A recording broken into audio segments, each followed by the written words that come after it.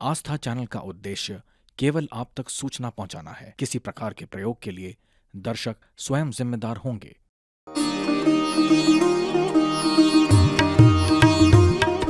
नवरात्र के 9वें दिन सिद्धिदात्री माता की उपासना की जाती है। यह माँ दुर्गा की 9वीं शक्ति का नाम है। यह सभी प्रकार की सिद्धियों को देने वाली हैं। इस दिन शास्त्रीय विधि विधान और पूर्ण निष्ठा के साथ साधना करने वाले साधक को सभी 8 सिद्धियों की प्राप्ति हो जाती है।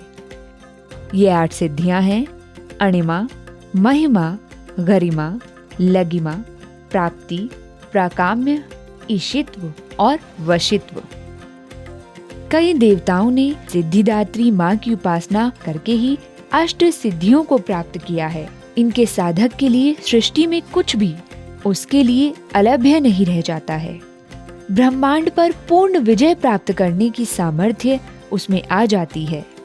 इन सिद्धिदात्री माँ की उपासना पूर्ण कर लेने के बाद भक्तों और साधकों की लौकिक, पारलौकिक सभी प्रकार की कामनाओं की पूर्ति हो जाती है। भगवती सिद्धिदात्री की पूजा करने से मनुष्य को या साधक को अष्ट सिद्धियां अणिमा, गरिमा, महिमा, लग्मा, ईशित्व, वशित्व, प्राप्ति, प्राकाम्य और 9 निधियां शंख, महाशंख, पद्म, नील, कुंद, मुकुंद आदि जो 9 निधियां जो है उसको प्राप्त होती हैं। सिद्धिदात्री माँ की कृपा पात्र भक्त के भीतर कोई ऐसी कामना शेष बचती ही नहीं है जिसे वह पूर्ण करना चाहे। इसलिए वह सांसारिक इच्छाओं से ऊपर उठ जाता है और माँ भगवती का परम सानिध्य ही उसका सर्वस्व हो जाता है।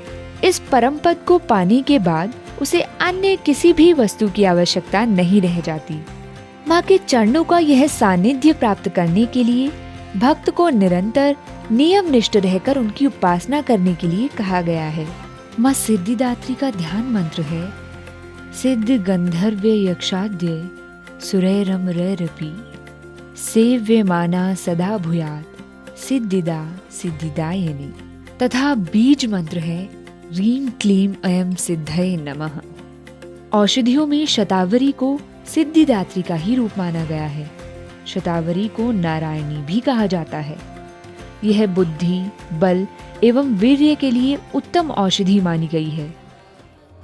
तुम कौन से दिन